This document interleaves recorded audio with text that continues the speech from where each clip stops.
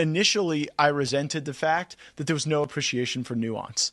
Like if you asked any questions about any decision of the Israeli government in any place regarding settlements, regarding Gaza, whatever, you were like, you had deviated from the script. And I just, in any policy area, I had resentment over that. And then I saw the way the AIPAC worked, and that was weird for like a country lawyer like me. I remember my first AIPAC reception, and like your fundraiser tells you have to go, and your chief of staff tells you have to go, your committee chairman all tell you have to go, and you get there and you wear this name badge, and I remember there's a QR code on it. And what we were supposed to do was go talk to donors, and then if they liked you, they scanned your QR code to make a donation, like on the spot. And so can you just imagine how demoralizing that is to like be told that your job for the next several hours to go chat people up, hoping they would scan you like a can of tomato soup on the way out of the meeting. I mean, it's literally purchasing. Right. And so I saw that and I was like, wow, that is so freaking weird. And then, I was in Israel. I went multiple times, and I did not like the fact that I found someone in my room rooting around in my stuff that should not have been there at the King David Hotel when I came back to my room when no one was expecting me to be back in my room. And I just presumably Israeli law enforcement. Well, I don't know who it was. I just thought, like, this is weird. All of these things combined are odd, and then the policy outgrowth seems to be an obsession about the Middle East that has not served my generation well. But isn't part of that because we had to fold everything into critical race theory, and somehow the Middle East became part of, I see it differently. And I love this conversation because I think people, those of us who went to college, give a lot more credit to college courses for how the world works than I do. This is not about critical race theory on college campuses. This is about Iran. Iran and Qatar have come up with a disinformation campaign that they are running through TikTok and Instagram that is massive. If you are a young person, you open up your phone and all you see is dead Gaza baby, dead Gaza baby, dead Gaza baby, right. Diddy, dead Gaza baby, dead Gaza baby. That's basically your whole feed. So that's not DEI. That is a geopolitical adversary that is deliberately trying to divide the West against itself. That view is not. Ultimately, the Fairness Doctrine said you could only own a limited number of radio stations because they didn't want one corporate conglomerate to be able to control the narrative, and they wanted to make sure that there was a diversity of voices in our democracy. It had to be independent. They had to be telling truth. They could not tell a lie. If they told one side of the story, if there were two sides, you had to let the other people tell their side of the story. Reagan abolished the Fairness Doctrine. He did it through FCC policy. And then you saw this huge consolidation. There's 5 guys who are now telling American what's news, and there's no obligation anymore that they have to tell the truth. And they show a profit not by telling us news that may be difficult to explain or hear, but rather by entertaining us. But it's not the news that is really important for Americans to understand. And then they do a lot of partisan propaganda and corporate propaganda. And it's very, very damaging to our democracy, as our founders predicted. Trump is directly intervening to force China to sell their U.S. TikTok business to an American consortium. And Trump is giving that business to Larry Ellison. A newly created entity is taking a 45% stake in TikTok's U.S. business, and Larry Ellison is taking a major role in that. He's going to own a significant stake in that company, and he's going to take a major role in securing TikTok. So consider, Israel's got this problem. Netanyahu is a close friend of Ellison. Ellison is a problem solver for Netanyahu. Ellison is one of these American Jewish oligarchs that works for Netanyahu.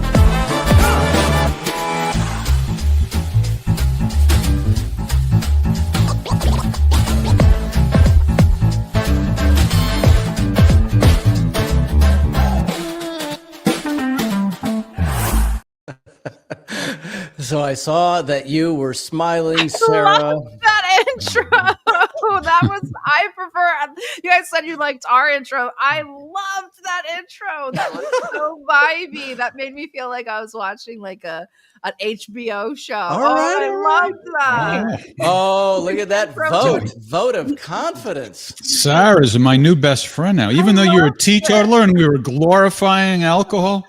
Well, but see, it was subtle. Geopolitics through wine. Oh, See, there you go, because all of those countries. So let me just say, it's episode 55 of The Winers, and we have a great show. Sarah, I had to beg her to come on the show. Really, that's like one time. I know. Well, I want to say some things about Sarah. We're going to talk about the media coup, free speech, what the hell is going on in the United States that no one has a sense of humor. Truth is getting trampled, all kinds of different things. Before we do, since Sarah is not drinking and Morgan is, well, Morgan? No, water. I'm drinking water. Okay. Morgan, I'm not going to use my joke about turning water into wine. It just never happens. So, Jeff, what are you drinking? I'm drinking a California Merlot, specifically Bogle 2022. This is night 2. Oh. I loved it last night. I'm loving it a little less tonight, but we'll see. Thank you for asking. Notice that it's rated 90 by Wine Enthusiast. Well, so interesting. Actually, last night, the reason I wasn't on Ask the Inspector is I was invited by my local wine dealer to a private wine event by a couple of vineyards. And they actually went through a whole primer about what these wine ratings mean, that you have to ignore a lot of them. And they said, go to this one and that one. Anyway, the wines were expensive, so I didn't buy one. But I'm drinking something that, Jeff, you can buy. That's the price. Jeff can afford this wine. And it's considered a Zinfandel. I don't know what percentage, but it's one of these very kind of fruity and jammy, Speaking of fruity, that looks a little like Gavin Newsom on the label. Can we see that again? Let's see. Oh. A little, not that much. Well, you definitely have fun when you're drinking this wine. All right. Looks. I would say Matt Gates almost. It kind of looks like Matt Gates. I was going to say the same thing. It looks more like Matt Gates. Yeah. Where is his AI version QR Matt code? Gates. Where's his QR code? Probably on the back of the bottle. two guys with great hairdos. So I just want to say now, I did a show with DD Geopolitics. I was very happy with Timmy and Grant. Grant has actually published an article on our Substack, which I'm very, very happy about. I was called the Bald Sarah on that show. I love that. I do too. And I was like, aha, then we have to have Sarah on the show. So I love that. yeah. So anyway, I did like it, and it was a exciting show. So anyway, I've been wanting to bring you on here. First thing I wanted to talk about, guys, was this thing called the Fairness Doctrine. And Sarah, there's a whole bunch of things that are going through my mind that we talk about corporations taking things over. But this Fairness Doctrine, are you familiar with that? Mm-mm. So Kennedy spoke about it there, and he was speaking about it in relation to the big pharmaceutical companies. Right. But it actually goes back to the Radio Act of 1927, and then this law, the Fairness Doctrine, 1959, repealed by Reagan in 1987, as he said. The idea was to support non-biased dialogue. Oh, right. Yep. In the news media, right? Mm-hmm. So this is where it was supposed to be. So if you had one view, then you had to have the other view, right? And actually, I think the idea was that the news agencies they were not really big money makers because they had to just be more informational. And now it's become, without that, you just have this corporate takeover. And he said in the video, 5 media companies, but 6 media companies, Comcast, Disney, Warner, Paramount, Sony, Amazon, account for 90% of all media. I don't know. He's identified the problem, but this is a bad solution. Right. because first of all, the fairness doctrine was implemented at a time when there was limited broadcast space. Well, there still is, but it doesn't matter anymore because there's so many cable outlets and internet in all different ways. So it doesn't matter anymore. But the other two reasons it's a bad idea is that there's very often more than two opinions. So who wants to rely on these TV stations to pick the two opinions? And another thing is a lot of the stations just didn't have as much public affairs broadcasting as a result of this dopey rule because they don't want to risk getting into trouble. So Kennedy is not good on First Amendment issues. I mean, he wants to ban advertising of pharmaceutical companies, and it sounds good, but it violates the First Amendment. A pandemic or epidemic? Is that what he said? What's that? He said anti-Semitism was an epidemic. Oh yeah, that too. We're all suffering from it. Sure I'm suffering from it. I have fatigue. Yeah. Well, that's sort of the context that I wanted to bring it up in, because you have been DD Geopolitics and then Responsible Statescraft, right? So go through some of this if you don't mind, because there's so much. Max Blumenthal was talking. I don't even know if this is true. The $7,000 per post on social media, but the context, go back to this Charlie Kirk text thread, and I grabbed this. Well, Candace didn't send it to me, but I'll pretend like she sent it to me, where she's going through the donors who are just pulling out of TPUSA, and he's like, "I'm done with the pro-Israel cause." I think Sarah's cat.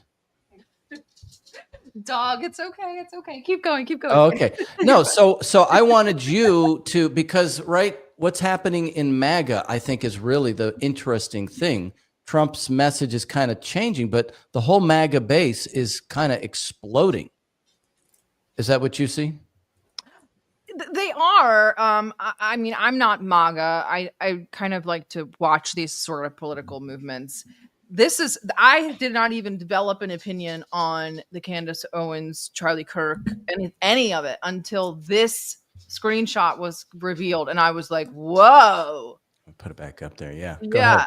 And I said, what's that about? And I only am thinking of it from my own, also from my perspective, where he says, leaving me no choice but to leave the pro-Israel cause. Now, I support multiple causes. I know you guys support multiple causes. It would take a very big, let's just say being, pro-Russia. I would have to, something drastic and catastrophic would have to happen that Russia committed for me to say, I can't support this state anymore at all, or something along those lines. That's a very big statement from someone of his caliber and his occupation to say, I have no choice but to leave the pro-Israel movement. And supposed influence on the Trump administration, right? Right. I thought that was a very interesting saying, and I didn't give any of it any thought because I was like, this is very dramatic, until TPUSA said yes, they're authentic, and I was like, whoa, wow, what's happening here? And now I found out today, I think it was from Village Crazy Lady, Mel. Yeah. We had her on the show. Yeah. She's so great, but she's the best kind of crazy. And I'm like, never get sane. If this is what crazy is, then please just stay crazy. But she reminded us that the person that he's talking about in that screenshot with the $2 million loss is Shillman. Exactly. That's the guy who supports Laura Loomer financially. So it's like, it's like this stuff keeps getting darker and more sinister. And she's like a hatchet job against people like Marjorie Candace, Taylor Greene and Candace and this other MAGA people who are saying, hey, Donald Trump, you said you were for peace and you're not acting like it.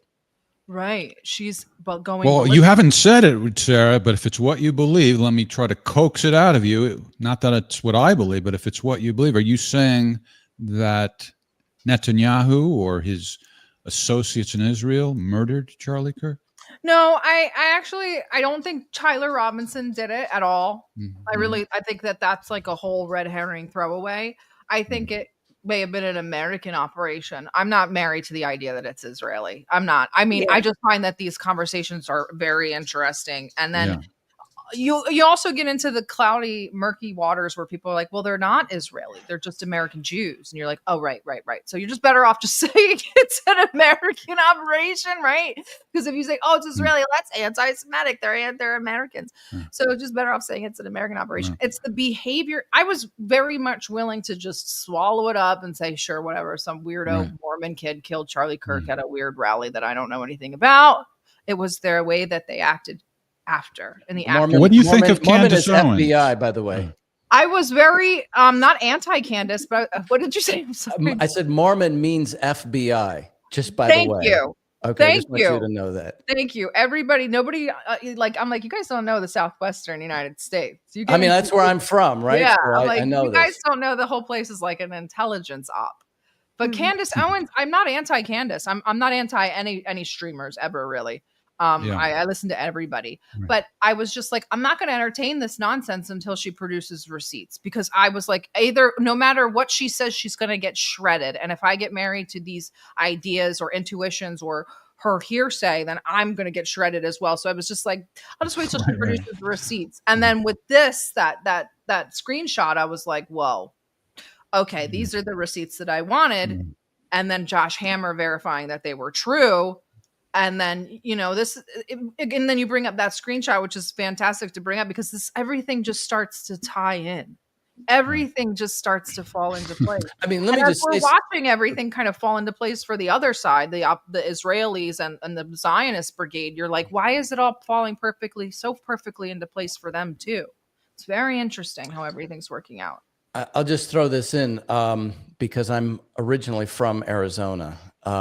I was an evangelical Christian. I was in Jews for Jesus when I was a young person. And so this whole thing with TPUSA, and there were some other groups off the top of my head, I don't remember. It's very interesting to me because this is the large support base for Netanyahu, the evangelical Christian. And the idea that the whole thing is exploding, to me, is and I got to bring something up because you said you're not MAGA. So I wanted to bring this up because I don't know if there's something you can help us with MAGA communists. If you, I heard that term, huh? I could try to help you, but I don't know. I don't know what that means, but in that context, right? Because there are people who fall into that category. In other words, I'm saying is that you have a whole chunk of the population that is open to thinking in ways that they hadn't thought before. That's scary, right? That's scary to the establishment. And I think it's just an anti-establishment thing. And our establishment just happens to be Israeli dominated or dominated by sort of ideas that benefit Israel or Jewishness. So I don't think that it's necessarily an anti-Jew backlash. No, it's not. It's often Christians, as Ryan pointed out. And that's what I was thinking in the opening when Nick Fuentes referred to Larry Ellison, disparagingly as a Jewish oligarch. Well, it sounds like a tinge of anti-Semitism to me, because Israel gets plenty of support from Christians. They do. And the support, the support that the way that I'm going to phrase this is Larry Ellison enables them to do things, right? He's pushing them forward. The Christians, they kind of need as their sort of lackeys in a way, like their sort of flock, like we use these people as kind of a cudgel for this or as a voting block for this. So the loss of that is terrifying for Zionists. And, looking into that church geofencing thing, I was like, this is just the evangelical church network of the Southwestern United States. And it all just starts to make sense. I said, wow, they're really terrified of losing this public opinion. And, I don't know how you guys are, but for me, I'm always like, man, public opinion doesn't mean anything, or it doesn't really sway them that much. But they were losing it so overwhelmingly, their actions to show how nervous and paranoid they were. And I've been actually looking through FARA filings lately. They're public. And they've been giving out these contracts since May. So it's not it's been this kind of this reactionary sort of Zionist try to push the pendulum back, especially in the Zoomer contingent of the evangelicals. But so the thing is it's a panic situation. I mean, you do have Israel getting crushed. They really are. And I think it was in TASS I was reading where they're saying, where I guess the discussion with the Russian government and the Israeli government is Israel supposedly just, they're like done. They don't want it.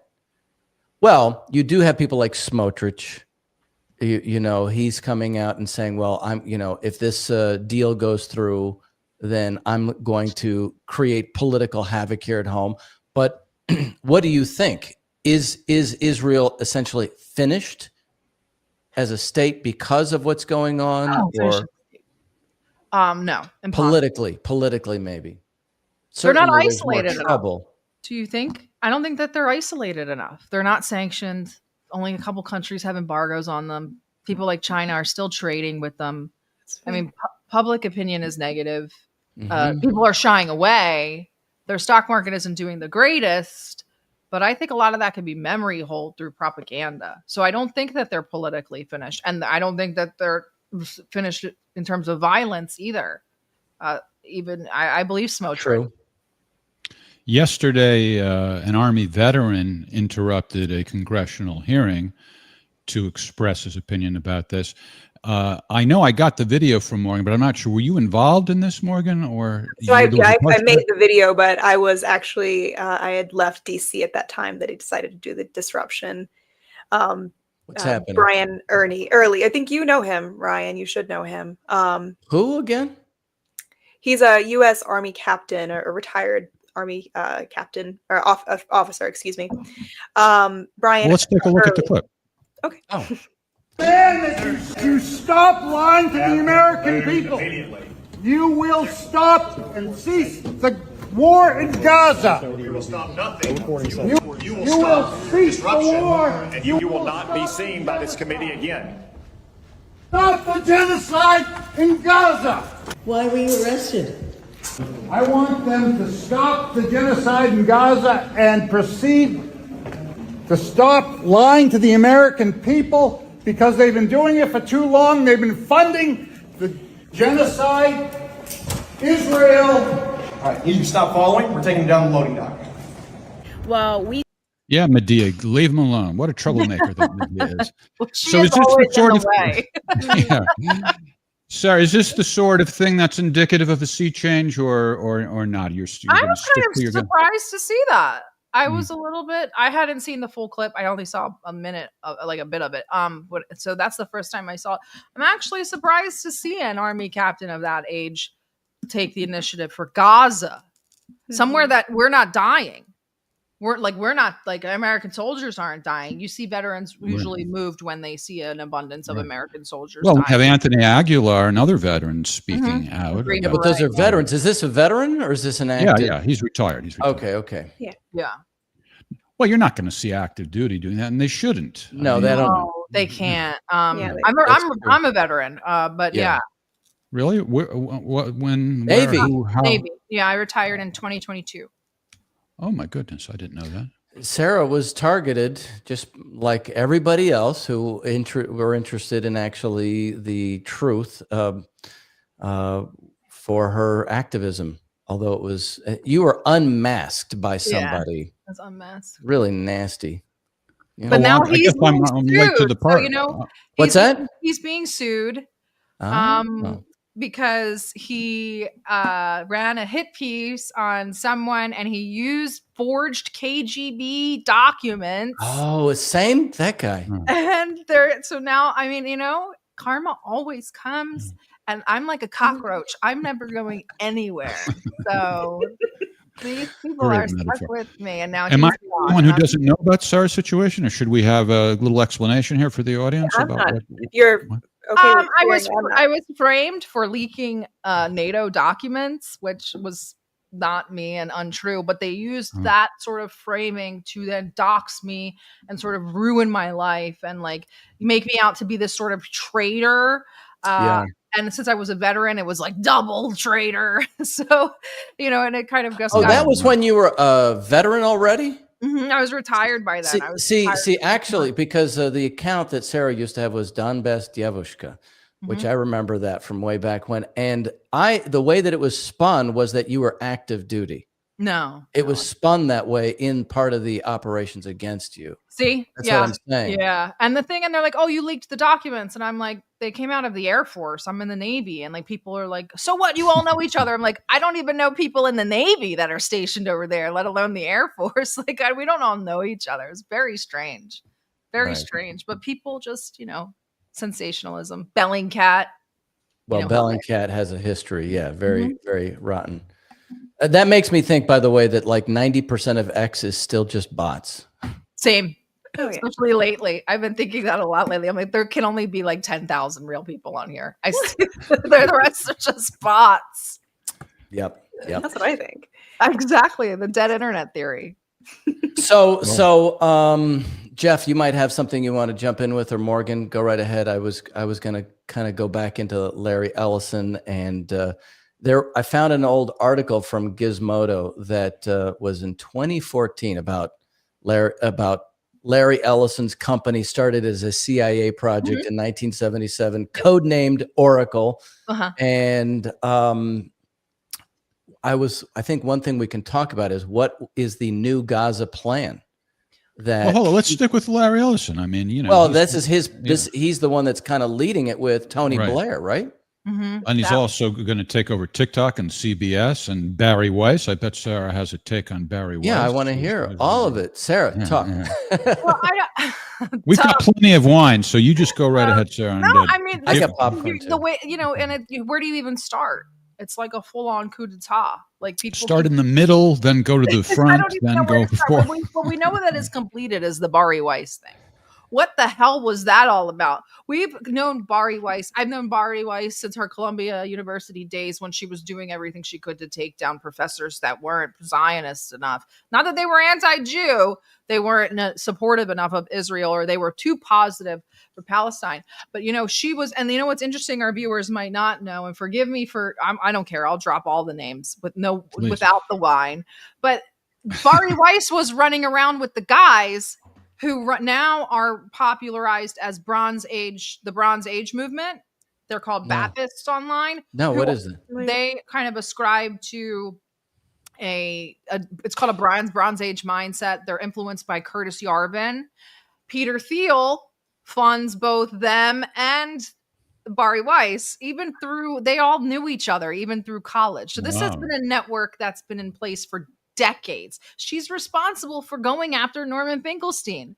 That's how small the world is. Like, it's all just the same people running around the same things. So she comes out of college. She's a total, she works for the New York Times. Then she has a big fallout with them and makes a big brouhaha, big drama thing about why she left, and writes a letter, something about free speech or something, which is ironic because she got professors untenured and fired for not being pro-Israel enough. And then we have her start this blog, The Free Press, which is really just a glorified Substack. And they give her $150 million for it. All she really did for the last however long was appear on Bill Maher here and there. It seems like a money laundering scheme or something to just get her into a place for whatever reason. And so now she's at CBS, and all of the guardrails have been taken off for her. She doesn't have a boss. She reports directly to the Ellisons. It's all very weird. Well, I was saying earlier, in relation to the fairness doctrine, that it doesn't matter so much anymore because the broadcast stations don't even have that much influence anymore. So with that thought in mind, how much should we worry about her being in charge of CBS? I wondered the same thing as well. That's what I was like, but I don't have cable, so I don't know. And I'm like, I don't know. Even before when I had it, CBS was like the third of the three of them. It was like NBC, ABC, and CBS.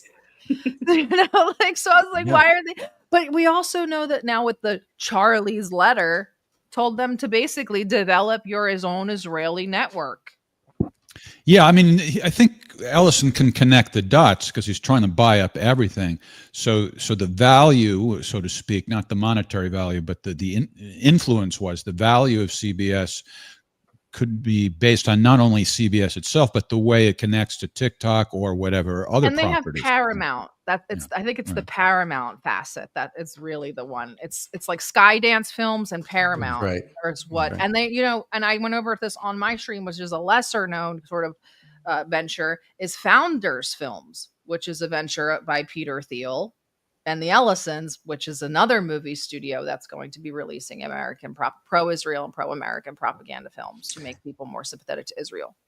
And then the question I have is that where people like Chris Pratt, Steve Curry, and these are brought in? Where No, they that was Project 545, which is it's like a huge web of craziness. That was Project 545, which is a Brad Parscale.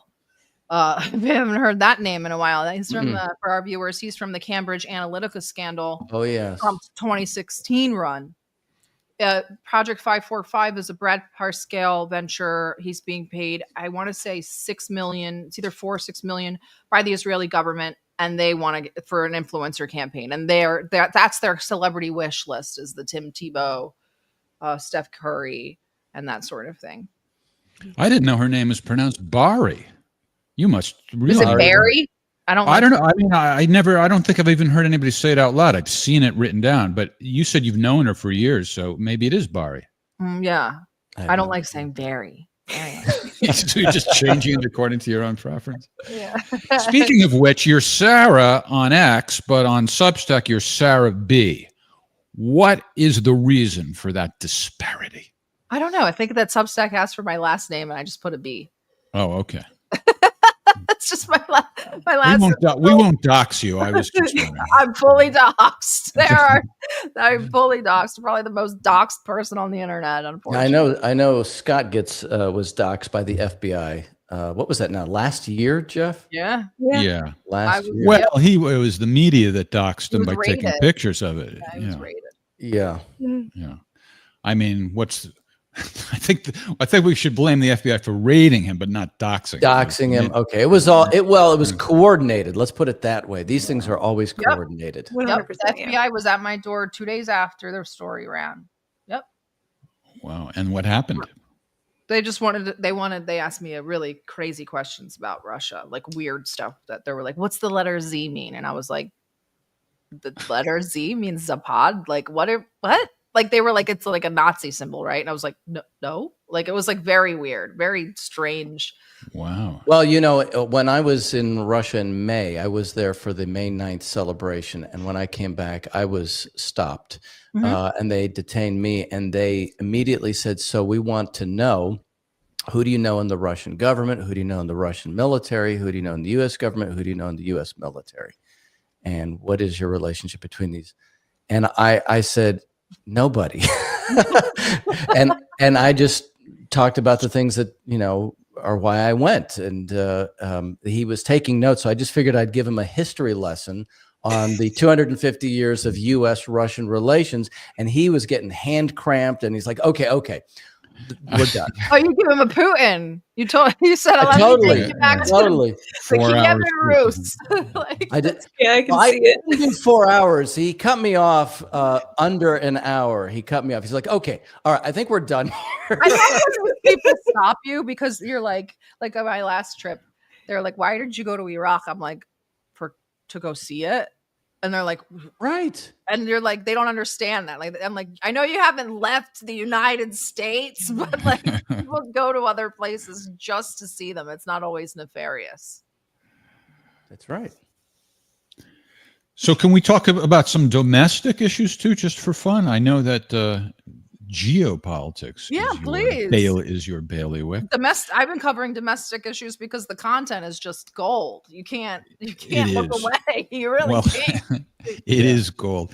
Have you seen the Katie Porter videos? No, but someone messaged me and was like, this person is a lunatic. You have to watch it. I got some video of her, and I just hope and pray, I'm not religious, but I may become religious, just to pray that she stays in the race, because this is like the best comedic fodder.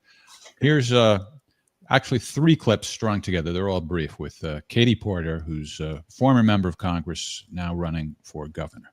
What it showed is if we don't electrified our transportation sector, that we're going to lose more than 500,000 Californians dying prematurely to air pollution and other problems, and the state could lose. Get out of my fucking shot! I wanted to tell you that. I was wondering. Vehicles, it's that if we don't make the commitments under the Paris Climate Accord. Okay, it does. Okay, you also were in my shot before that. And she has a mask. Stay out of my shot. And it's The Politico. question is, what do you say to the 40% of voters who voted for Trump? Oh, I'm happy to say that. It's the do you need them to win part that I don't understand. I'm happy to answer the question as you have it written, and I'll answer it. And we've also asked the other candidates, do you think you need any of those 40% of California voters to win? And you're saying, no, you don't. No, I'm saying I'm going to try to win every vote I can. And what I'm saying to you is that... Well, to those voters, okay, so you... I don't want to keep doing this. I'm going to call it. Okay. Thank you. You're not going to do the interview with us? Nope, not like this. I'm not. Not with 7 follow-ups to every single question you ask. Every other candidate has answered I don't our care. follow-ups. I don't care. Oh, no way. Only that is commit. Whoa. Oh, that's the going too AI. far. That's going too far. All right. She did put her hands up. Whoa, that's the thuggish All right. behavior. That was wild. Yeah. All right. I confess the third one was AI, but the first two were real. The first two That were was wild. real. Yeah. She's a real charmer, huh? I mean, I'm sure they all act like this with their aides and with maybe not with interviewers, but with their aides. That's I heard they all have rumors about them just being absolute demons with the people that they work with. Yeah. Remember Amy Klobuchar like throwing staplers at her people and like recently, what's her name? Jasmine Porter's people came out and they were like, Well, when is somebody who worked for Kamala Harris going to come out and say that she has a drinking problem? I see like everybody except people who have worked for her insist that she's drunk all the time. I mean, let her live. Let that woman live. Let her go do her thing. She's unburdened by what has been. She's unburdened. She is. If she wants to drink, shit, let her drink. Enjoy. At least somebody's enjoying it. Well, she's not the only one, he said as he took a sip of his Merlot. All right. Well, so now also you have Anna Paulina Luna. Oh my God. The content doesn't stop. We have elected a stripper to office. I can't with these people. I mean, she says she's not a stripper, but then they said she was a stripper in 2014 at the Red Rose Gentlemen's Club in Florida. Not that I've been there. Huh? I was a waitress. Girl, stop. I didn't know this. That's right. Well, now she's got the letter that she's meeting with Kirill Dmitriev. Nobody likes him. Why?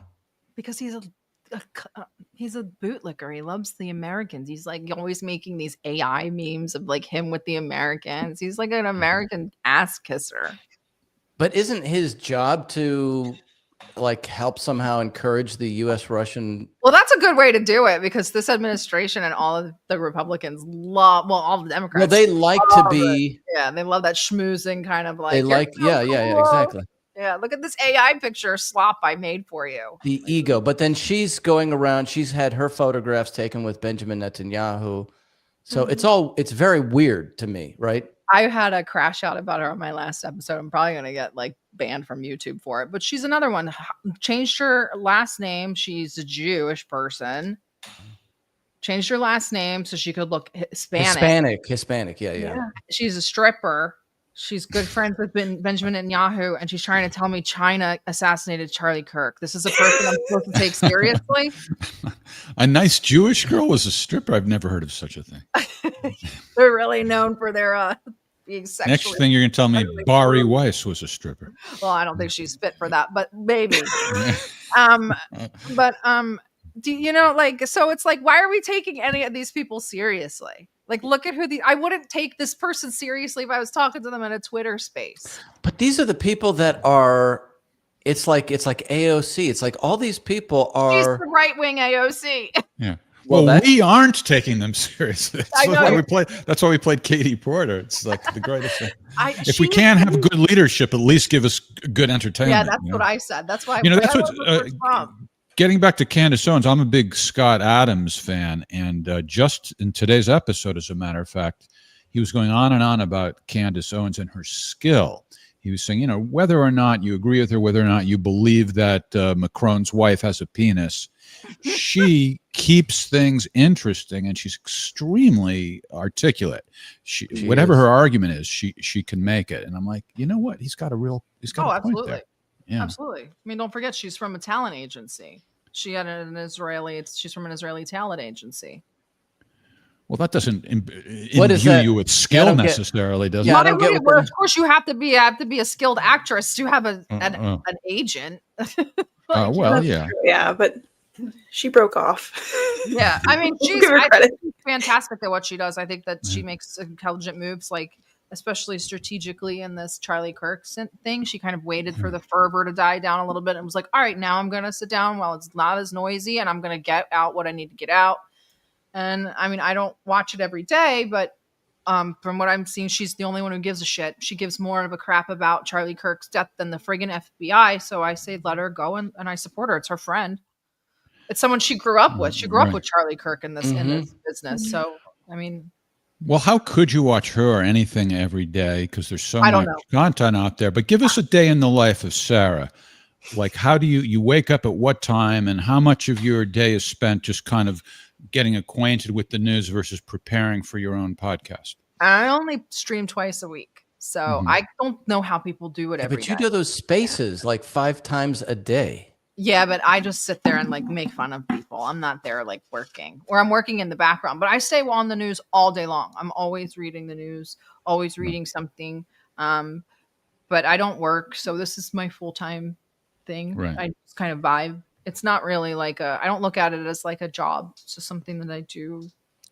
Well, you only stream twice a week, but do you prepare prior to that day, or only the day of? Oh yeah, for Sunday I prepare the day before, and then for Wednesday we usually kind of wing it a little bit. That's more of like a let's just watch some clips and talk about them show. But yeah, I do prep for the show. I really love the show the way that it is right now. I'm really, really proud of it in its current state.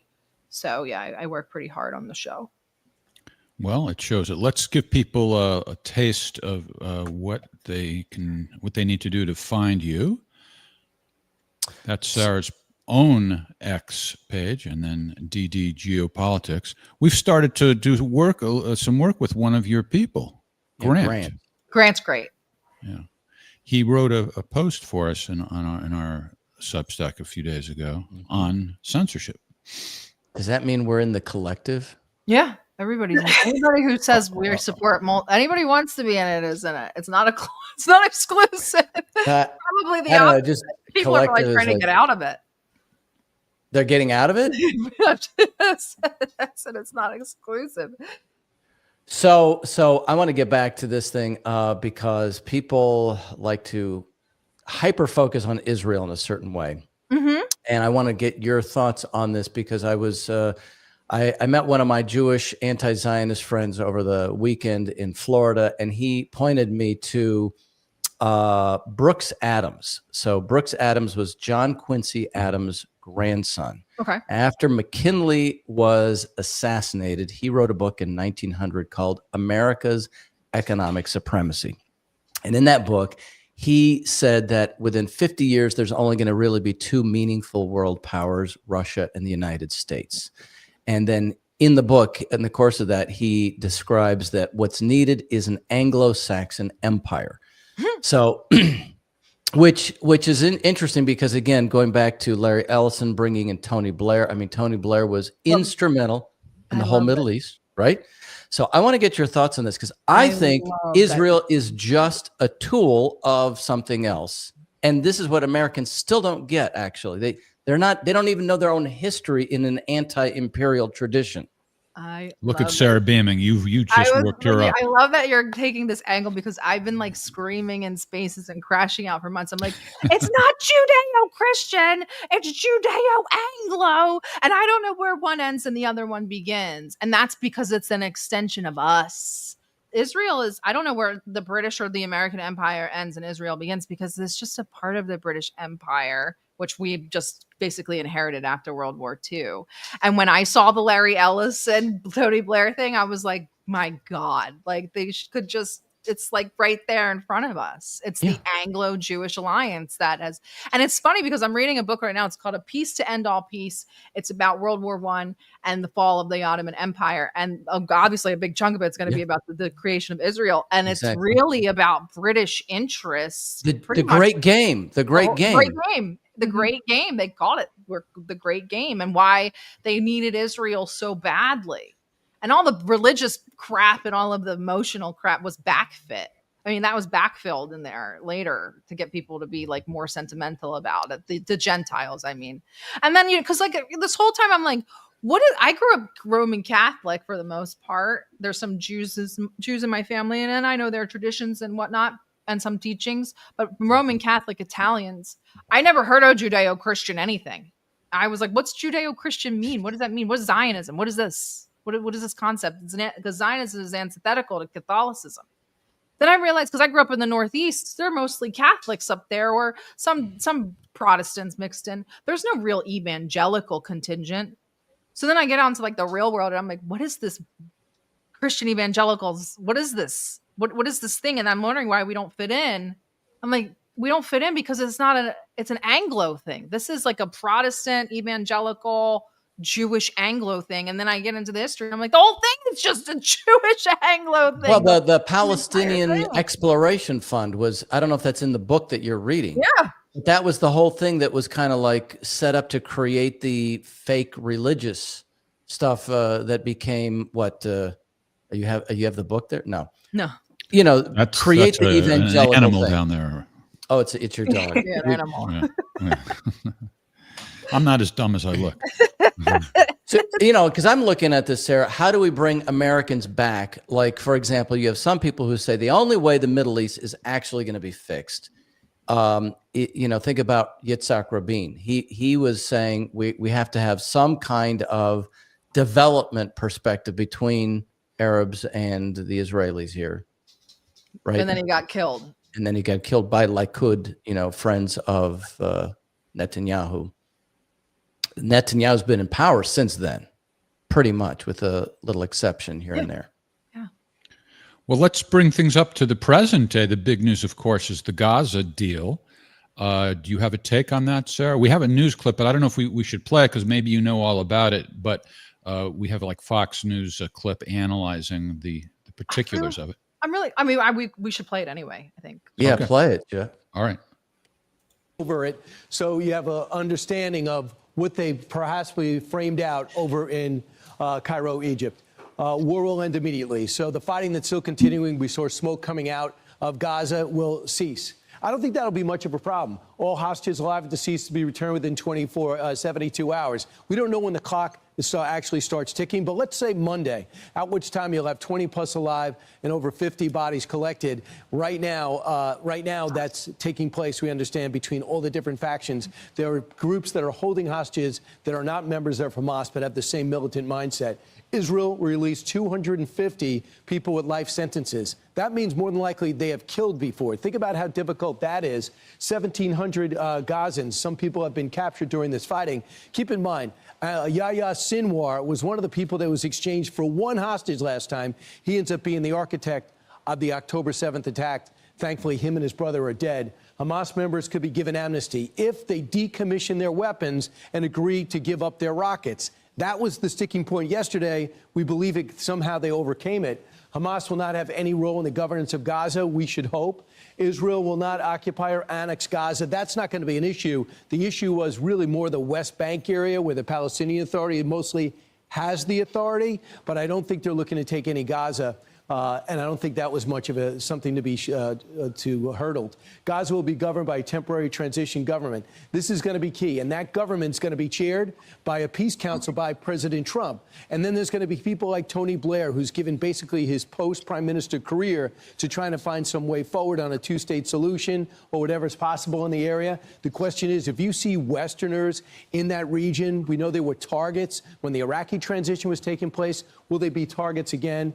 And the possible path to Palestinian self-determination and statehood. It's all going to be performance-based. How are they acting? Are there really Palestinian technocrats that want to work out a way to rebuild Gaza, set up institutions, security, schools, and things to that nature? I don't know any. And maybe some of them are in prison right now. We're not sure. If you want to have an idea and a visual of what's going on, this was supplied by the White House. This is essentially Israel, okay? This is Gaza. This is where the walls were breached and the attack took place. Right now, we see the IDF is at the blue line. They'll be backing up to the yellow line and eventually be out. One of the sticking points was Hamas was saying, I want them all out before we go out. That doesn't seem to have happened. Let's go. All right. Well, he has his bias, but presumably it's more or less accurate in terms of the key points. What do you think, Sarah? The language is really interesting. It's all possible statehood. Maybe Hamas will get amnesty. These were guarantees prior. So now, like, people keep on saying,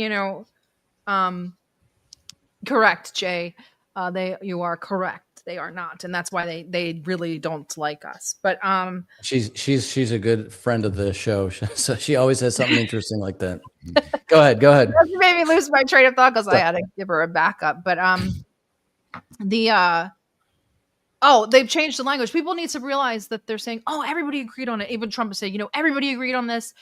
They agreed on the plan before Bibi changed it. There's a lot of changes in the language in there, and that's why Hamas came out and said we can only agree on 3 of these points. So now we have all this like hazy language saying possibly this, maybe a state, blah blah blah blah blah. Like what are the and the language that he used was kind of frightening. Like, do you know any technocrats? I don't. Do they have anybody that actually wants to build schools or hospitals? They had schools and hospitals. Like, what are we talking about? They don't have any more hospitals. Yeah, they don't have any technocrats, you idiot. You killed them all. Like, what are we talking about? Do they have any technocrats that actually want to build schools? I don't know. You killed them all and destroyed all the schools. So it's all very, and I love that, like, now it's very adamant Tony Blair will be on this board of peace. And now we know who Tony Blair really is. It's just a shell for Oracle. So it's all very, really, I think that this was just basically, we're going to make you into our experimental enclave for what we want to do to everyone eventually. Yeah. And you can either say yes, or we can make you do it. Well, so what's the reason that Hamas has agreed to it? I think there's rumors coming out that says that the Arab leaders and the other countries were like, take this deal. This is the best you're going to get. And I think, like, it might be time to just accept somewhat of a defeat, or there could also be, I have to see the reaction. I'm very confused because, things keep changing. Yeah. There's no timelines. I don't know who's happy, who's sad. There's actually still bombs falling in Gaza City right now. Yeah, all the people I respect are like saying, well, we'll see. They're not really. I'm happy, and I'm doing the both sides thing. I think I'm playing it a little safe. I'm just saying, you know what? This is such a great W for Trump. I really hope he gets the Peace Prize. He keeps failing, right? So that might be the explanation for the timing of it, right? Aren't they about like tomorrow or something? Isn't this wild? You want him to get the Peace Prize, and Zelensky wants him to get the Peace Prize, Sarah. Zelensky's such a shyster. I love him so much. He does this with everything. He holds everything over everybody's head. He's so great. Like he wanted the Patriot systems, and Bibi said, "I'm not going to give you the Patriot systems." And Zelensky said that none of your Jews are coming to the pilgrimage, and Bibi said that I'll just give you the Patriots. Like, this is Zelensky in his finest form. So now he's like, you better give me those tomahawks. Because his voice, if he said yes to the Nobel Peace Prize, he would probably, now that they have, I don't know if the Israelis matter anymore, but his voice would probably lend a heavy weight to Trump's Nobel Peace Prize. You think Zelensky's voice would lend? More so than Bibi Netanyahu, yes. Right. In that arena, yeah. Yeah. To the Swiss, right? It's the Swiss that run it, or is it Swedish? Oh, the Nobel Peace Prize, yeah. I wonder, they probably already picked somebody if they're about to announce it, but they're going to, if it wasn't Trump, are they going to, what's that? The Navalny's wife is the other one that's. Oh my God. So that's why I was like, just give it to Trump. I'd rather Trump win than Navalny's wife. Yeah, absolutely. Do you think they already picked somebody? And if it wasn't Trump, are they going to switch it now? The voting's on the 10th. The voting is on the 10th. So That's tomorrow. I thought the announcement was tomorrow, but they vote and announce the same day? I think so, yeah. Right. Because the voting and announcement for literature came out yesterday. A Hungarian author won, and then I maybe think they'll give it to some of the Obama again. He deserves just as much. Just as much now as he did before. He deserves it. Quiet. He deserves it more now than he did when he was president. That's well, now on this peace plan, and I want to talk about the thing from what's his name, Brian on Fox News, where he's like, I don't know anybody that's a technocrat. But Ben Gvir, he said, oh, of course, we'd all want the hostages to come home. Right. But he can't agree to a scenario in which the terror group, which brought about the greatest catastrophe upon the state of Israel, is able to resurrect itself. Now, I think Scott Ritter referenced this with you last night, Jeff, if I'm not mistaken. But he made a good point about al-Jawlani. Oh, big terrorist, or al-Shara now, in his ill-fitting suit. He needs to go to Italy and get a new suit, by the way. He just totally does not rock the suit at all. But, he's somebody that we've totally backed now. A terrorist that we've legitimized. And I think he's a big friend of the Israelis as well. So I think this whole line about, oh, well, they're a terrorist group and we can't work with them really. Scott, didn't he point that out last night, Jeff? Was that? Yeah. It was one of the questions we fielded. He's completely being normalized and whitewashed. His recent trip to New York City really served as a good propaganda for the people that matter, not for us, not for the masses, but the people that matter. He met with his donors. Right. He met with General Petraeus. Petraeus is heavily involved in the development of Gaza with the Tony Blair and the Inshallah. Yeah. Could you believe it? We wish you. Are you getting enough sleep? Are you taking care of yourself? It's a lot of work. The things have deteriorated so badly inside of Syria that the people that were there trying to overthrow Assad, some of the activists have turned and said it's terrifying what's going on inside of that country. And even the people that supported Jawlani's ascension into the presidential palace are now like, we didn't sign up for this. They said it's absolute chaos inside of Syria. So that situation is deteriorating, but that's by design. They don't want stability inside of Syria. Well, no, that's my point about what you were just saying about the language used on Fox News, is that everything is, well, possibly this, possibly that. These hardliners, they don't want to have peace because Netanyahu will go to prison. Correct. So there can't be peace from their standpoint, right? Right. And I think my cynicism comes through where I think Trump gets the Peace Prize. I actually do hope he does get the Peace Prize so we could stop hearing about it and he can stop making up wars between Albania and Azerbaijan. I'm afraid they're going to actually go to war. Azerbaijan or whatever. But I'm afraid that this is a nice lull. You get the recency bias for the Nobel Peace Board. He gets the prize and things go right back to the way that they were, either because they didn't get the hostages back that they wanted. They didn't get them the way they wanted. They took too much time. A myriad of things could happen. And so I have a very heavy dose of cynicism, but I am staying as optimistic as possible because I just don't want, I'm done with this. I just don't want to see any more of what Van Jones calls Qatari propaganda on my timeline. Mm-hmm. Morgan, you want to jump in there before Ryan and I just dominate, before we filibuster the whole thing? No, I think it's also important to note that Hamas was really pushed in a corner. You have essentially the death camps that were being formed by GHF in the south. There was no other option except to take this crappy deal. And you have Israel that is not going to adhere to the ceasefire. They're already shelling people who are trying to go back up north, and they're dropping bombs, I believe, in Gaza City. I think you're right, where it's just a kind of like during Trump's inauguration, the ceasefire, it was like he got to walk out there and everyone clap and say, oh my goodness, is he really the peace president? Yeah. And then things just, progressively got worse. And I fear that that's what's going to happen now. And it's so frustrating because it is such a tragedy what's going on. And I remain hopeful that some of the children will get out and have medical care and food. Well, how many children is it? I'm a little confused on the numbers, right? Majority of the population is children in Gaza. And Right. I don't know about Morgan, but I'm comfortable saying that at least 1 million people are, or probably 3/4 to 1 million people are dead. Easily. Yeah. I mean, they've been telling us 60,000 since February of 2024. It's such a sick joke. But yeah, it's because That was the number I was hearing, and it doesn't seem right given when you look at the pictures, right? You could do the math, like just look Yeah. at the rubble and just do like. That's my point. You're telling me that back in like 2024, I'm like, you're telling me there's like this many tons of rubble and that only 60,000 people have died. The math right here ain't mathin'. And then more information. Yeah, it's only 60,000 because it's the people who get to the morgue and are identified in the morgue. You also have people who are in the morgue who are never identified, people who are smashed under rubble. Exactly. Those numbers are not counted. Yeah, so it's easily 500,000 at least, I would say. Hassan says 600 to 700,000. Yeah, I think so too. So when I visit Iran, I'm going to stay at Hassan's house. He is. When are you going to Iran? I don't know yet. I'm just like, You're like questioning like the federal agents questioned you. Why are you going to I want to go.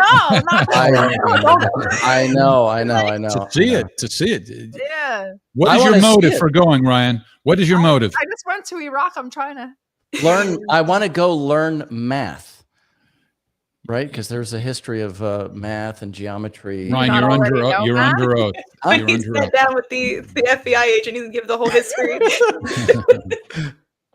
That's right.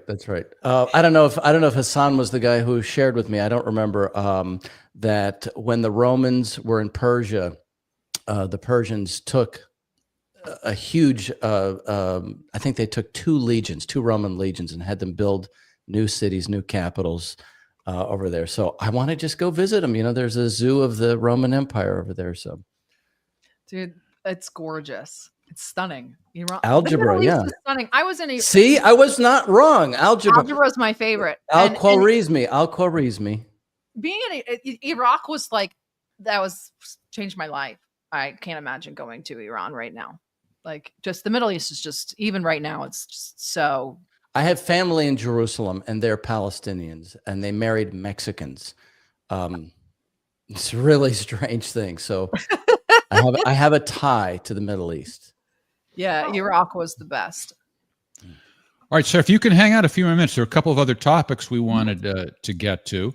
One is what's going on with Venezuela and how you feel about attacking boats that may or may not have some drugs on them. Is that legal? Is that a good idea? And then also right before we came on tonight, well, I don't know, I guess a few hours ago maybe, the news broke that Letitia James has been indicted. So maybe you haven't had time to. Not for her, but I know about Comey. But yeah, Right. I All right. time to look into hers. All right. Well, and what about Venezuela? Do you have a take on the Venezuela situation? Well, Venezuela is what's going on in Venezuela is that's what's probably where focus should be. What we're doing is disgusting. We just the latest vote that we once again extrajudiciously kill or bombed was Colombian. So, but we know we did our due diligence the other day and just declared war on everybody. So we're covered, right? We covered it by saying narco terrorists are now like they're legal combatants or something like that. So now we can just say that they're a narco terrorist and then bomb them, and then it's okay. Is that what we're yeah, by labels, relying on labels. Okay. And in fact, domestically, that's happening too. I noticed one of your tweets was, Antifa is a label, but is it an organization? I think that's your point, and I think I agree. Right, and I'm fine. I mean, I'm not Antifa. I don't like fascists, but I'm not. I wouldn't consider myself part of this black bloc. And I'm like, what am I looking for here? Can somebody tell me what they are? And nobody, even the most virulent anti-Antifa people don't. I'm like, what are you up against? They don't know. Yeah, there's no membership. Yeah. Now, Well, we had a guest. Oh no, actually, but Jeff and Morgan were not there. So I interviewed Harley Schlanger from the Schiller Institute about the strategy of terror in Europe in the 60s, 70s. That period. Oh, like the years of lead and stuff, Gladio and stuff. Yeah, like exactly, that. exactly. Tension, the strategy of tension. Yeah. A strategy of tension. So and today there is something of a strategy of tension, but 100%. It's more global. Right. So the thing is, you asked what is Antifa, as Jeff is bringing up, but it seems to me that it's not really about that, because even when you look at presidents who were assassinated, right, who were they back then? They were the anarchists, right? Right. So that very, very general terms for destabilizing, state-run destabilization of nations. Mm-hmm. How do you would you say that that's kind of where my state-run questions come from. Yeah. Is like, let's start thinking about what we're actually talking about here. Like, what if you can't answer the question to me? Is it just Antifa is just anti-you, or anti the government? What are we talking here? And that's exactly. There's a certain behavioral pattern that you could label however you want. I've seen what's going on in the streets, and going back to when Trump first ran for president, these hoodlums were attacking Trump supporters as they came out of rallies and so forth. And so, you can put whatever label you want on that, but it doesn't really translate to a legal context. Right. Yeah. I think that's the thing, is that this, I'm going to label them as a domestic terror organization. I was like, that's cool, but what does it mean? Like, I want parameters. I want an explanation. Then they said, no, we're going to actually name them as an international terrorist organization. And I was like, those labels, right? Then that leads you to things like Patriot Act, because then it becomes this perpetual thing. So that's where I'm getting at. And on this question of Venezuela, in the 1980s, there was something called Operation Guatusa, where the United States and Guatemala militarily together went and eradicated, I think it was like a multi-day operation where they just militarily wiped out all of these cartels in Guatemala. okay. And it was like an example. So that's what I see. If we were interested in getting rid of international drug cartels or whatever, then where is the nation state to nation state, legal framework of cooperation?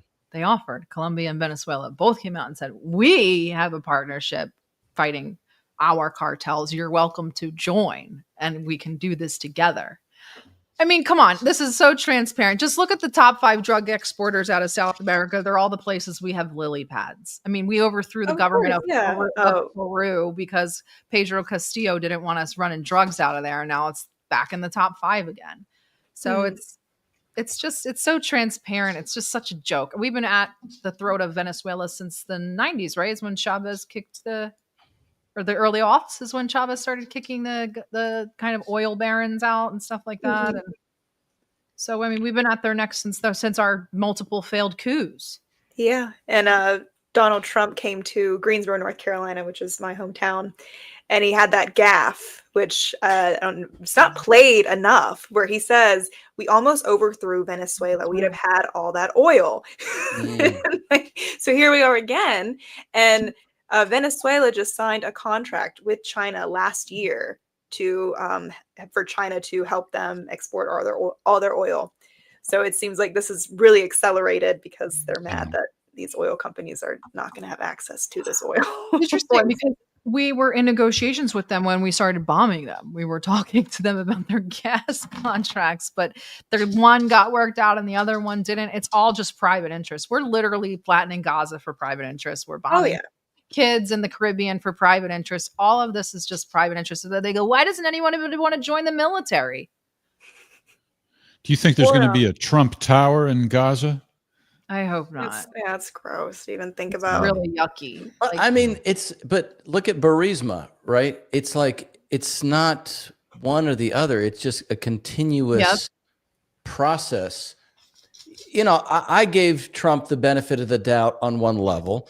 When he said, okay, we want to get rid of the deep state and all of that, and we want to get these pieces. I mean, you don't ever get the person that you really need for president in the United States since John F. Kennedy was assassinated, I would say. So you give them the benefit of that. You hold your nose, whatever you want to say, but then what you see is no matter what these guys do, you have this very embedded establishment, corporate government, quasi-government, whatever. This how do you say it? It's a incestuous relationship between private business and government. Which is the question which I was thinking about from another standpoint. Do you think money should equal speech? No, this is not. Jeff, this is not just a thing with you. I'm just being very general. Yeah, about but you're like playing around with rhetoric. Because the argument you're up against, let me finish. The argument you're up against is not that money is literally speech. So you're knocking down a straw man. I'm not saying that at all. I'm quoting actually Judge Antonin Scalia in that particular case, but I'm talking about in general where you have, I mean, the question is, you have so much money, right? We've come back to this era where you have vast amounts of money flowing all around in media. I mean, this is what we've been talking about with Larry Ellison, TikTok, all of these media things, and the population, right? We don't have the citizenry actually acting in any functional way to counteract it and get leadership in this country. I'm just going to be responsible for my country, right? That where we could then have a positive engagement, work with Russia, work with China, work with, these other countries to have some kind of a development perspective. So how do you get from here to there? This incredible solar generator can restore power to your establishment. What's that? It's an advertisement. Sorry. Do you have any thoughts on that, Sarah? Well, I think that that Citizens United was the beginning of the fall of everything. I think that was putting money into politics was such a grave mistake. This is not normal. This is not how a normal country runs.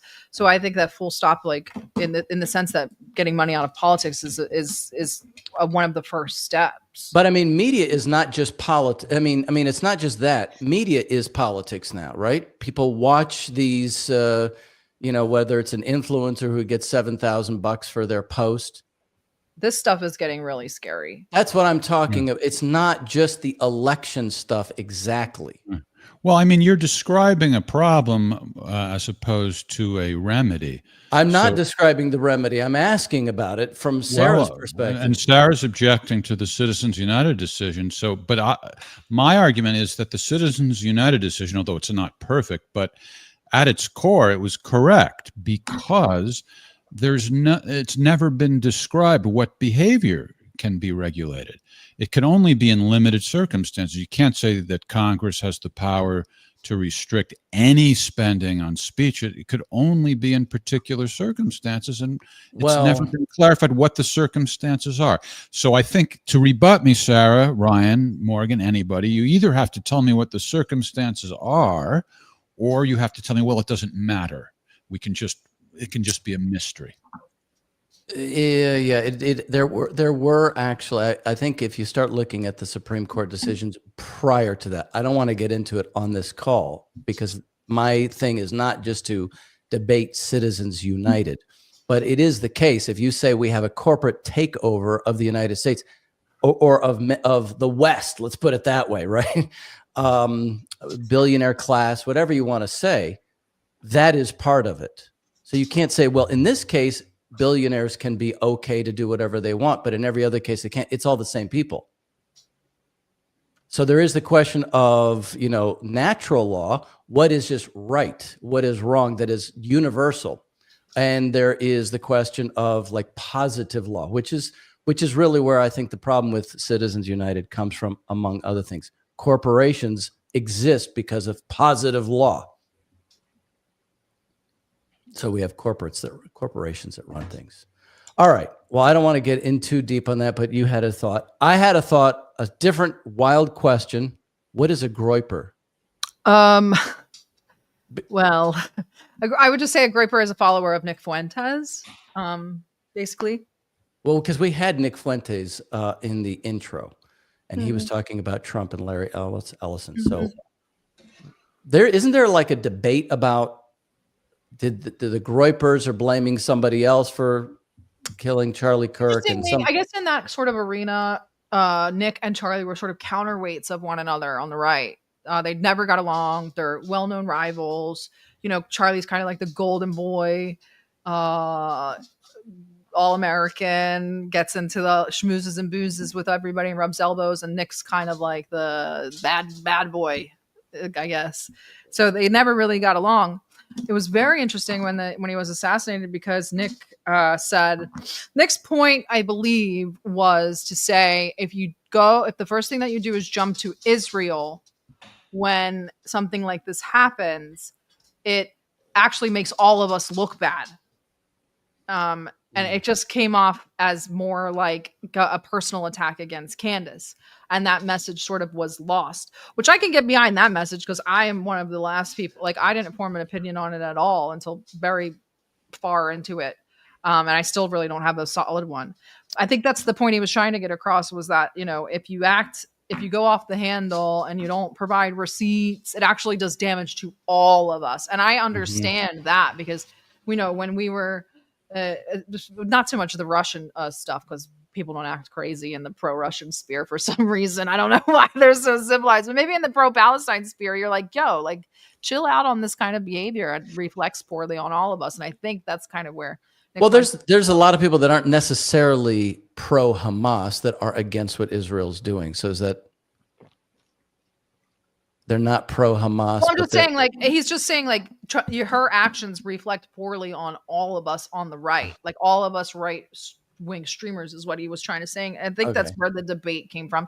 And plus, you have to remember, a lot of these streamers are just acting that way for the content. Or, I mean, they have to make content. They stream almost every day. So a lot of times they're generating their own content. So they kind of, make things a little bit more exaggerated or a little bit more emotional than... You don't do that, though, from what I've seen. You don't like. I don't think you need to generate content. Yeah, and I don't want to stream every night. No, I don't mean that. I mean you don't make it like overly provocative. I don't want to. I always said, you're not a sensationalist. Some of these people are sensationalists. Yeah, I don't want to be the story. I'm not the story. Yeah. Like, there's enough stuff going on. I don't think we need to muddy the water. Everybody's narcissistic. Yeah, well, that's why we don't make any money, right? Oh yeah, yeah. Actually, Morgan and I we were going to ask you, Jeff, about the raise. Oh, yeah, Jeff, we were supposed to get a raise, but we'll talk about it later. I don't know. We don't get paid. Well, let's finish with lawfare. Now, you mentioned that you're not up on the Letitia James situation. But let's talk about the larger context. I mean, I can just briefly tell you what this is about. Yeah.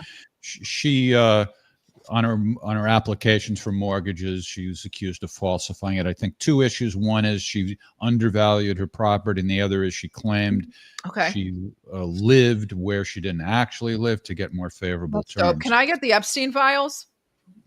Well, hold on. But you said you're familiar with the Comey situation. That's the thing. I'm like, do I care about this? Well, what about? I don't know if you care about it or not. But what I'm asking about is lawfare. How do you feel about whether or not, to what degree, let's put it that way, to what degree Trump has been victimized by lawfare, and is it legitimate to fight fire with fire, or are you in the camp of well, let's not continue doing this, let's now be legitimate and only prosecute people under the normal standards? I unfortunately am a let's not fight fire with fire person in these scenarios, especially because I am not a fan of pushing the pendulum too far because it swings equally in the opposite direction. And that's what we saw recently. It was, you got me fired during COVID, so I'm going to get all of you fired for being mean to Charlie Kirk and hurting my feelings. It's like, what are we doing here? It just keeps on getting more worse. It just keeps on getting more petty, more sinister, more divisive. It's just, I'm definitely not a proponent of fighting fire with fire. The lawfare stuff, I don't really get too involved in the team sports of the duopoly because I don't see a difference between them, and I hope they kill each other. I really do. I don't care. But I do remember Trump being quite a victim of a multitude of kind of erroneous sort of lawsuits. Right. But I don't care. I don't feel bad for Trump. He has swindled. He destroyed southern New Jersey. Like, what do I care? He destroyed parts of New York. Like, I don't care if he has to go to. He's from the Roy Cohn School. Like, what do I care? These people are covering for pedophiles. I hope they never enjoy a day of peace in their lives for the rest of it. All of them. Like, I don't care. But in terms of the lawfare thing, it's only going to get worse. They're just going to keep weaponizing things against each other and tear each other down, and we'll just watch. So it's all this is. It's So theory. when you say they're covering for pedophiles, you feel, I guess, what you mean is there's evidence that some folks who are like, cronies of Trump, there's evidence that they committed pedophilia and they're covering for them? Or is it more like, well, their names are in the files? It's the convenience of who's Ghislaine Maxwell? I never said I had files on my desk. I never said that the files existed. I just said they were on my desk, or the Epstein is a Democrat hoax, or Trump was actually an informant and that's why he's in the files. It's the gaslighting and the covering and the bullshit and all of it. And I'm like, I don't care about you guys, them spying on each other. I really hope they spy on each other forever and leave us alone. Like, I hate these people. I really do. They're terrible human beings. And I don't care if Letitia James committed mortgage fraud. Isn't there worse things that are happening in the world? Mortgage fraud? Right now, Really? yes. Like, that's like, really? Mortgage fraud? That's petty. That's very petty. That's what we're doing? Okay. That's where our resources are going. Got it. Letitia, whomever, what's her name? Letitia James? Yes, that is her name. Yeah. That is her name. Great. No, I mean, our economy, it's a mess, right? The danger of war with Russia, again, Scott, on the New START treaty, which expires in February. These are big things. Right. And nobody talks about. Instead, Pam Bondi's like, we're going to get every one of Trump's political rivals. Anybody who tried to go after him, we're going to get them back. Could you get back the money that we sent to Israel? You gave them $10 billion since y'all were in office. Like, what are we doing here? I don't like, and this is, I'm venting about like just the grand about like the general thing of it. It's like they get everybody bogged down in this mucky, like, we hate the left, we hate the right. No, you don't. Just enough. Like, you guys go fight. Do whatever it is that you do, and stop with like all of the nonsensical theater. Getting arraigned for mortgage fraud. This is a joke. Do you have any vision on how society could be better? I mean, I'm not saying that you are obligated to. Don't take this as a challenge. It's just a question. I've asked because I think that I'm of the school of thought of Huntington, who says, country needs a cultural core, because when its empire starts to contract, it needs to contract back to something. It has to have a foundation. Yeah. And in order we're contracting, the empire is contracting, whether people want to acknowledge that or not. It's expanding in other areas, and it's contracting in the ones that are making us violent and irrational. But people need to understand, people need a cultural core to come back to when the empire contracts. And that's what I've been trying to ask people. What is the cultural core? What is an American? What are we conserving? What's the culture? And I don't mean it in a antagonistic way. I'm genuinely, what is an American? Because people, are getting very nationalistic. And I'm like, what are you nationalistic for? And nobody can answer me. Yeah. Well, how do I improve something if we don't even know what we have? I don't know. It should be. No, that is the point. That I think that is exactly the point, right there. We don't even know who we are today. That's what you're seeing, though, is people struggling for identity. You're seeing a religious revival, other types of revivals, more extremism on both sides of the political spectrum. These are people looking for an identity. Extremist movements, especially in the younger generations. Those are disaffected young adults who see no future. This is serious stuff, and it's going to take a cultural shift or a very, very harsh self-examination, and people don't want to do that. Americans accept exceptionalism. No, we don't. Yeah, it prevents any sort of introspection like that.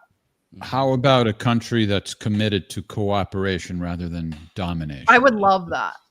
And specifically, we had the idea of the Transcontinental Railroad. We worked with Russia with the Trans-Siberian Railroad. Now you have the Belt and Road. I mean, I just keep going back to this idea of cooperation through development of the base fundamental things that you need to improve human life.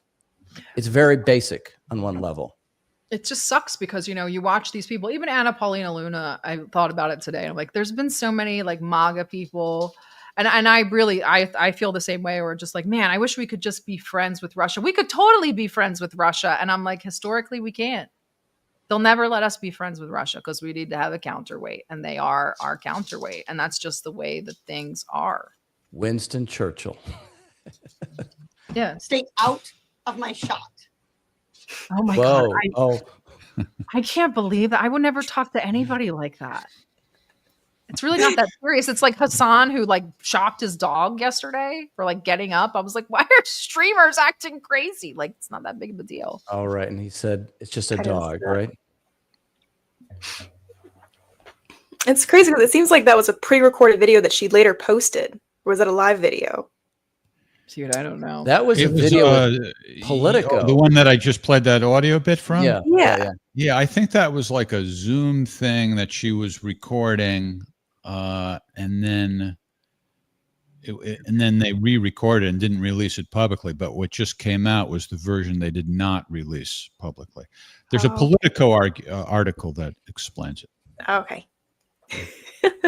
The video comes from Politico, at least that you showed. Yeah, it wasn't originally Politico, is what you're saying. No, Politico is the ones that published that video. Somebody leaked it to them. But the point is, it was like they did another take on it, and it wasn't originally released until now. All right, so let's just remind folks how they can get a hold of. Just find me on Spaces or ddgeopolitics.com. Can you do something about the wild volume fluctuations on Spaces? Every time I try, I have the same thing too. Yeah. One person's like, I got to run over and lower the volume, then raise it, lower it. Raise it. Elon's the richest man in the world. And the other thing is, with the advent of video, why are people even? I don't get why they're so hyped up about space. I don't think they're hyped up anymore. I think the fervor has really died down quite a bit. It's really a painful experience usually. Yeah. Why not just use video?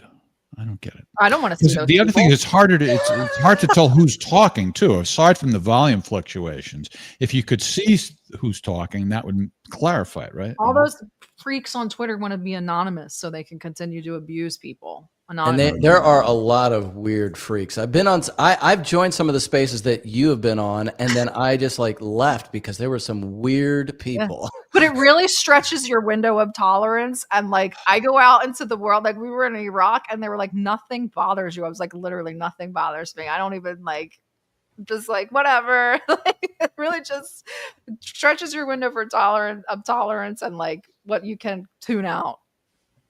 By the way, when I go to Iran, I won't have to wear a hijab.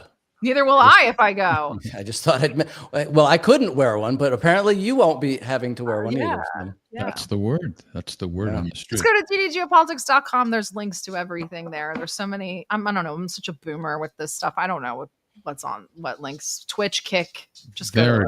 There it is. YouTube, Substack, and Telegram. You demonstrated your professional podcasting skills earlier tonight when you told us how easy it was that we could stream to your channel. And I checked while we were doing this. We, in fact, were streaming to Sarah's channel. I know. I checked too. Congrats. Great. Yeah. All right. Well, thanks a lot, Sarah. You were a great guest. Yes, that was a pleasure. Anytime, guys. Thank you. Thank you all. It was nice meeting you, especially Morgan. You should let her talk more. Bye, guys. Let her. Look, she made a fast getaway after that. Yeah. We want Morgan to talk more. We're a little. I know you guys get.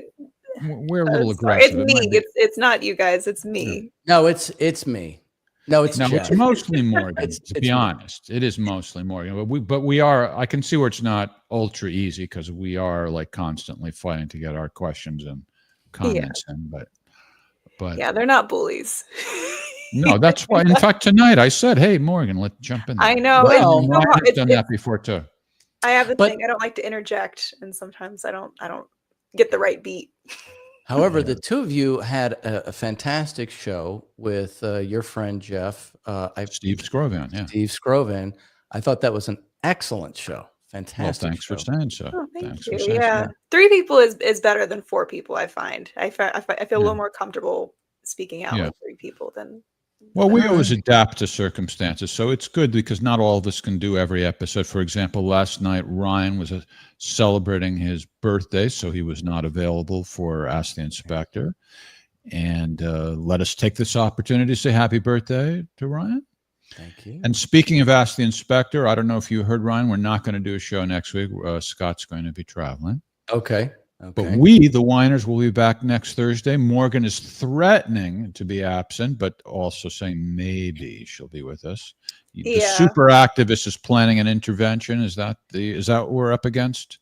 Well, actually, I didn't want to tell you guys. It was actually tonight, and it was my fault that I didn't clarify that with the other people that were doing it. But I decided to be here instead, so I will be there next. Oh, you will be here. Oh, good, because the man you dated in North Carolina is our guest, Ryan Dawson. So it's only I fixed you up with Ryan. Isn't that the truth? Yes. I saw Ryan Dawson one time and his son. So. Oh, he was the chaperone. His son was. Yeah, sure. Yeah, Ryan Dawson, who has been a guest on the Rhiners previously, has a new documentary out about 9/11. If you worried it's too short, don't. 4 hours. Don't worry, it's only 4 hours long. Yeah, and we're going to play not the entire documentary, but we'll play some clips and talk to Ryan next week. So no Ask the Inspector, and also I want to mention that we have a new podcast that debuted Tuesday. What's today? Thursday? Today's Thursday. Yeah, it debuted Tuesday night. It's called Probable Cause, and we focus on legal issues, police issues, crime and punishment, and so forth. Nice. So please check it out. Yeah, right. That's my specialty. I find co-hosts who are balder than I am. Yeah. That's Morgan. Wait. Morgan, is your hair real? You and Greg actually look alike. Don't you agree, Morgan? Greg and Ryan are almost interchangeable. You have a type, right? it seems. He has a type. Jeff has a type. I won't touch that line with a 6-inch pole. All right. Anyway, I love you, Ryan. I love you, Morgan. I love you, audience. Oh. Are we done? I think so. Good discussion. That was fun. All right. Thanks, audience. Thank you, guys. See you next week. Bye-bye. Bye. Obrigada, Santos. Vocês que metem. Rato. Guten Tag.